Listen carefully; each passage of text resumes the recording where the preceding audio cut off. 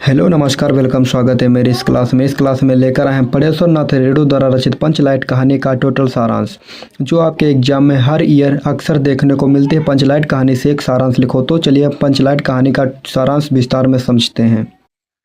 पंचलाइट श्री परेश्वर नाथ रेडू द्वारा रचित एक आंचलिक कहानी है, जिसमें रेडू जी ने ग्रामीण परिवेश के साथ साथ आंचलिक परिवेश को अत्यंत सुंदरता के साथ उभारा है।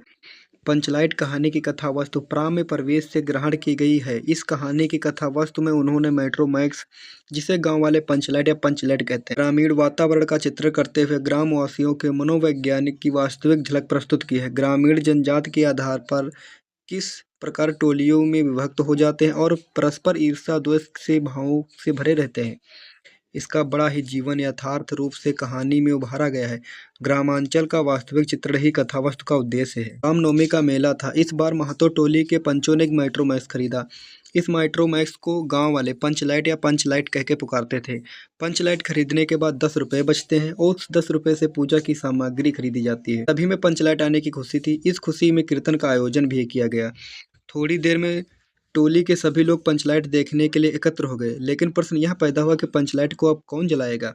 खरीदने से पहले किसी के दिमाग में यह बात नहीं आई थी। यह निर्णय हुआ कि दूसरी पंचायत के आदमी की मदद से पंचलाइट नहीं जलाया जाएगा, चाहे वह जले या ना जले।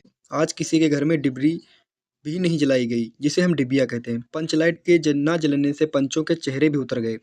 राजपूत टोली के लोग उनका मजाक बनाने लगे, लेकिन सबने धैर्यपूर्वक उनका मजाक सहन किया। वहीं पर गुलरी काकी की बेटी मुनरी भी बैठी हुई थी। जानती थी कि गोधन पंचलाइट जलाना जानता है, लेकिन पंचायत में गोधन का हुक्का पानी बंद कर रखा था।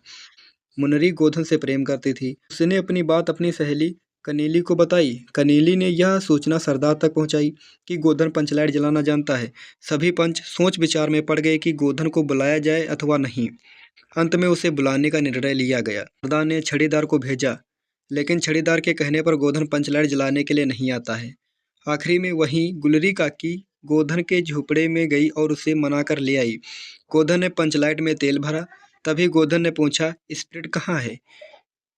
स्पिरिट का नाम सुनकर सभी के लोग उदास हो गए, लेकिन गोधन ने अपनी होशियारी से गरी के तेल की सहायता से पंचलाइट को जला दिया। पंचलाइट जलने से सभी में प्रसन्नता की लहर दौड़ी। लोगों ने दिल का मैल दूर हो गया। भजन कीर्तन स्टार्ट हुए। महावीर स्वामी की जयकार की ध्वनि हुई। कीर्तन शुरू हो गया।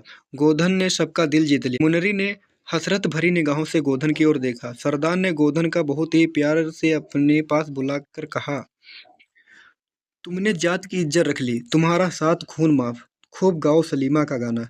अंत में गुलरी काकी ने गोधन को रात के खाने पर निमंत्रण भी दिया।